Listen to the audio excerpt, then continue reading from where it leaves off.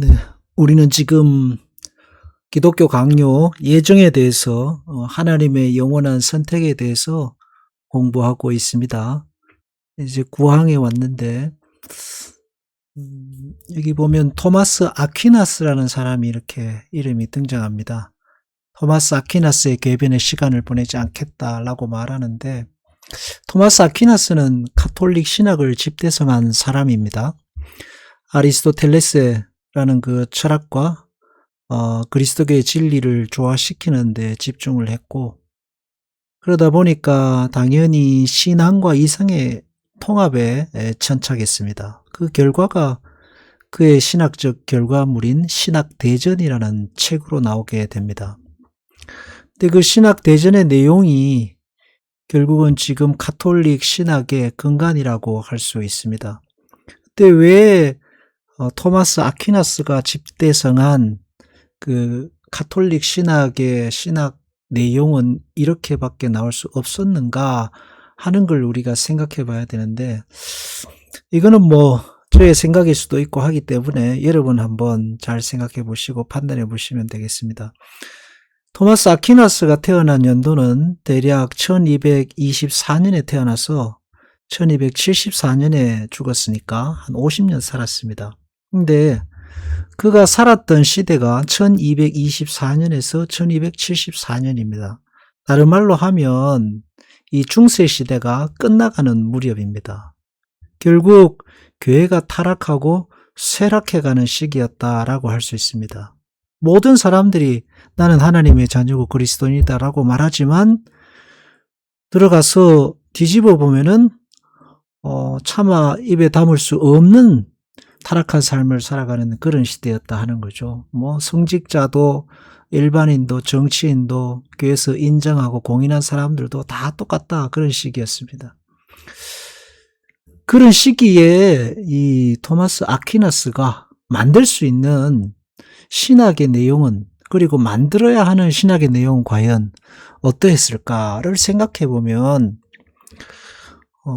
당연히 그 카톨릭이 주장하고 있는 소위 말하는 공로, 여기 말하는 공로 있죠. 신앙의 행위, 신자로서 갖춰야 하는 어떤 자격에 집중할 수밖에 없었다라고 생각해 볼 수 있습니다.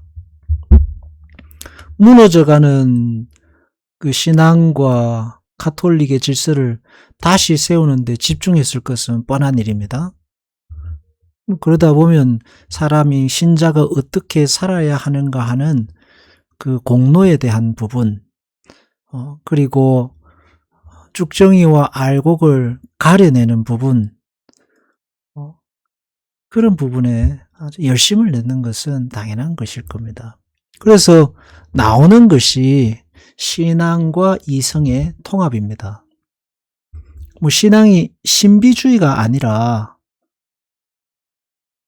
나는 들었다, 뭐 나는 보았다, 뭐 하나님이 나를 부르셨다, 내가 꿈을 꾸었는데, 내가 환상을 보았는데로 시작하게 되면은 이거는 밑도 끝도 없고, 그걸 가지고는 뭐랄까요, 사람들이 설득되거나 가르쳐지거나 어떤 자격을 갖춘 사람으로 만들 수가 없습니다. 뭐 환상을 봤다, 들었다, 꿈을 꿨다 에는 아무런 자격이 필요가 없거든요. 그 사람이 어떤 공부를 했는지, 어떤 삶을 살아왔는지, 또 어떤 열매를 가지고 있는지, 뭐 모든 근거가 거기는 무용지물이 되니까 그런 폐해를 없애고 이성적으로 납득이 되는 신학의 교리를 세우고, 그 교리로서 교회를 세우고, 그 세워진 교리로서 세상 속에다가 바른 정치와 경제 질서를 만들면 다시 교회가, 그리고 세상이 회복될 것이라는 기대를 담은 거죠. 결국은 그런 기대를 담고서 만들어진, 그래서 결과물이 바로 신학대전이다 할 수 있습니다.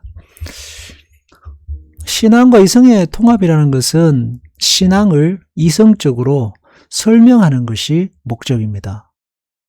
이성이 뭡니까? 이성은 인간이 납득할 수 있는 사고방식이 이성입니다.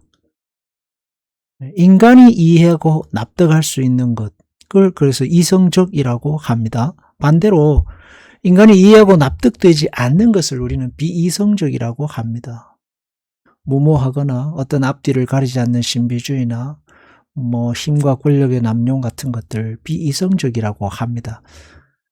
그런 사실 신앙은 굉장히 비이성적이고 신비적인 것 아닙니까? 예수님, 하나님이 이 땅을 창조하셨다는 것부터 시작해서 예수님이 이 땅에 죄인들을 구원하기 위해 오신 것으로부터 시작해서 사실은 모든 것이 인간의 이성으로는 설명 불가능한 것들입니다. 그러나 그것을 설명 불가능한 것으로 남겨두면 더 이상 교회가 세상 속에 영향력을 발휘할 수 없고 무너져가는 이 교회의 권위와 세상의 질서를 다시 세울 수 없으니까 그걸 이제 이상적으로 설명하기 위해서 애를 썼던 거죠.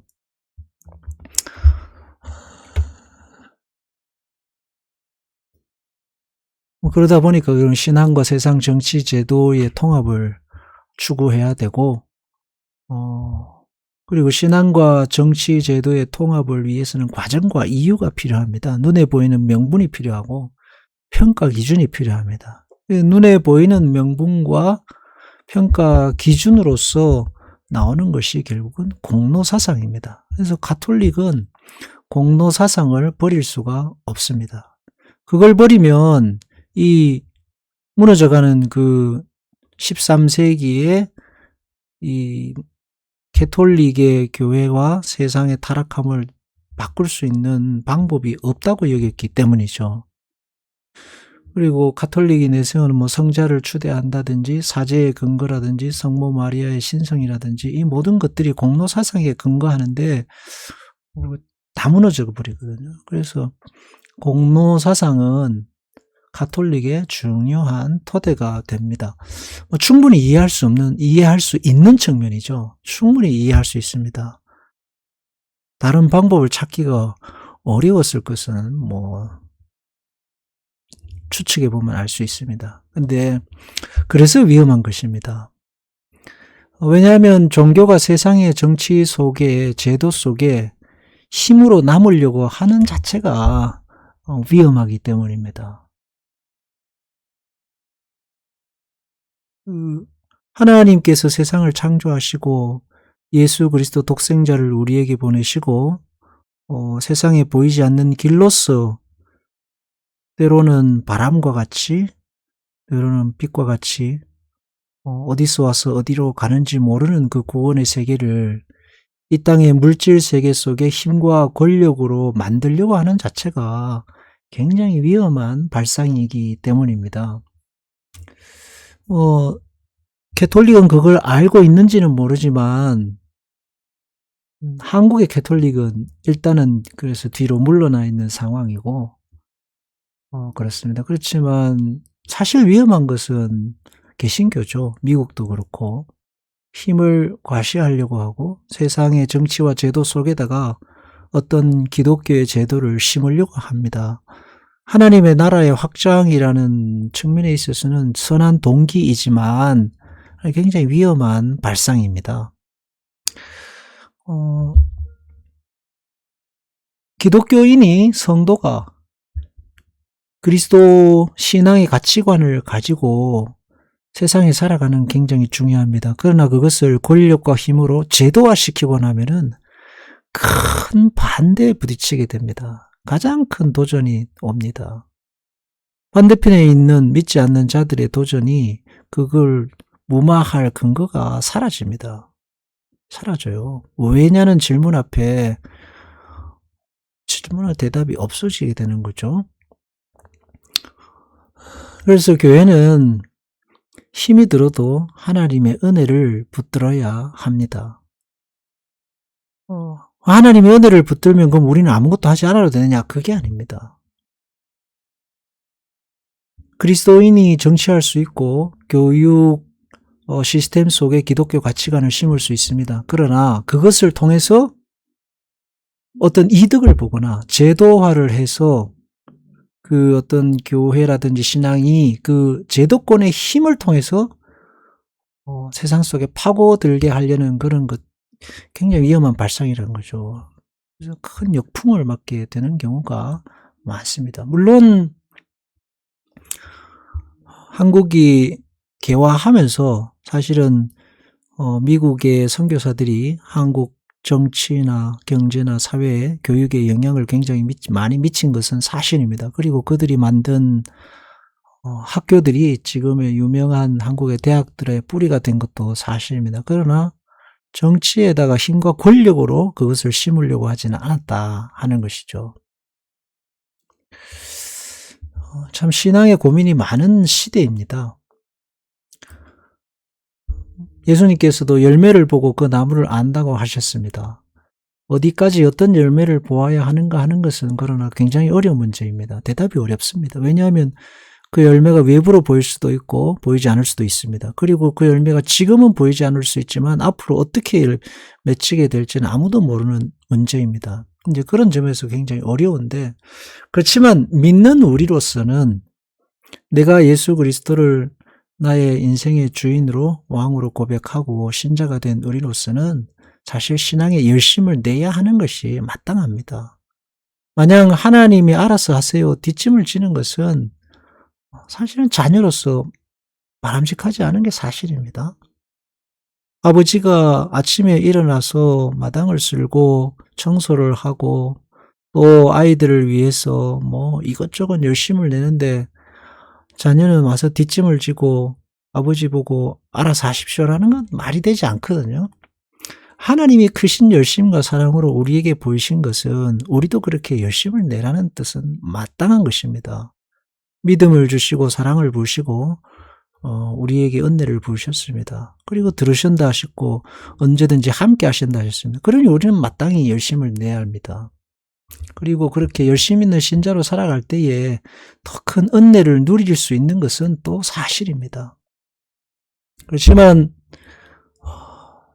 언제나 모든 것은 하나님의 은혜가 가장 밑바탕에 있다라는 것만큼은 우리가 가슴에 깊이 새기고 살아야 하겠습니다. 여기도 보면은 예정에 대한 특별한 평가에 의해서는 그렇게 부를 수 있다. 이 공로의 중요함을 놓지 않는 거죠. 예정에 대한 특별한 평가는 무엇이겠습니까? 신자가 신자 된 증거를 내라 하는 말이죠. 증거를 찾을 때는 공로를 찾을 수밖에 없었던 거죠. 이 왜 공로를 정치와 권력 속에서 사람을 만들어야 하기 때문입니다.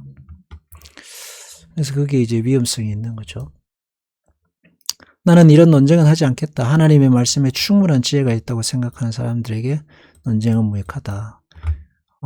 하나님의 선택을 공로에 돌리는 사람들은 필요 이상으로 지혜로운 사람이다 해서 신앙을 가지고 너무 많은 것을 이루고 신앙을 가지고 너무 많은 것에다가 힘으로 사용하려고 하고 신앙을 가지고 온 세상을 뒤집으려고 하고 신앙을 가지고 정치, 경제, 권력을 다 틀어잡으려고 하면 필요 이상으로 이제 지혜로운 사람이 될 수밖에 없다라고 하는 말이라고 할 수 있습니다. 하나님의 구원의 신비를 너무 많이 알고 또 그것을 너무 크게 세상 속에 사용하려고 하면 그것도 인간의 욕심이겠죠. 인생은 뭐 카톨릭 그 중세 시대가 몰락했던 것처럼 우리 인생도 마찬가지입니다. 하나님이 몰락하게도 하시고 일어서게도 하십니다. 사실 그걸 모두 설명할 방법은 없습니다. 신앙이 나쁘다고 몰락을 하고 또 신앙이 좋다고 해서 다 일어서는 것도 아니지 않겠습니까? 그래서 하나님의 섭리를 믿고 뭐 신실하게 견디고 살아야겠죠. 신자답게 의연하게 살 수 있도록 기도해야 하는 게 맞습니다. 그리고 그것을 바라보는 사람들도 그것을 뭐 저 사람은 신앙에 열심이 없다거나 무슨 이유 때문이다라고 하기보다는 하나님의 뜻과 섭리가 있겠지 하고 기다리고 따뜻한 마음으로 격려하고 살면은 복된 신앙이 될 것입니다. 사실 교회를 유지하고 세우시는 것은 하나님의 은혜죠. 하나님께서 지금도 교회의 주인이시고 교회를 이끌어 가시는 겁니다. 하나님의 사랑이 더 크고 하나님의 권위, 하나님의 권세가 세상 그 모든 것을 덮고도 남음이 있습니다. 모세는 알아서 광야에서 모세는 40년이 지나면은 내가 다시 이스라엘 백성을 애굽에서 건져내는 사람이 될 거야를 알고 그거를 믿는 믿음으로 견딘 게 아니지 않습니까? 하나님 40년 지나면 하나님 나 다시 찾아올 거야를 믿었던 게 아닙니다. 하루하루 아침에 일어나 보니까 눈이 떠지고 심장이 뛰고 호흡이 살아있으니까 유지되는 한 그렇게 살았습니다. 그러다 보니 어느 날 하나님이 찾아오셔서 또다시 그를 세우신 것이겠죠. 신앙을 이성적으로 설명하는 것을 포기할 수는 없습니다. 마땅히 설명해야 하지만 그러나 너무 크게 세상 속에 갖다가 붙이려고 하면 또 문제가 생길 거예요. 마찬가지로 우리의 인생도 그렇습니다. 우리 인생에 설명되지 않는 부분이 굉장히 많습니다. 나도 그렇고 다른 사람도 그렇습니다. 너무 설명해서 조목조목 따져서 이유를 붙이려고 하면 큰 낭패에 부딪히게 됩니다. 하나님께서 우리를 사랑하신다는 사실을 가슴에 새기고 오늘도 하나님의 섭리를 찾아보고 구해보면서 어떤 길이 지금 내가 살아가는 가장 바른 길인가 질문해보고 살아보면 또 하나님께서 선한 길로 인도하실 줄로 믿습니다. 기도하겠습니다. 사랑의 하나님 아버지, 참 혼란한 세상입니다. 그럴수록 우리는 하나님이 온 우주 만물을 다스리고 통치하신다는 사실을 가슴에 깊이 새기고 내게 주어진 작은 삶을 충실히 살아가게 하소서. 견디는 이들에게 은혜를 베풀어 주옵소서. 예수님 이름으로 기도합나이다. 아멘.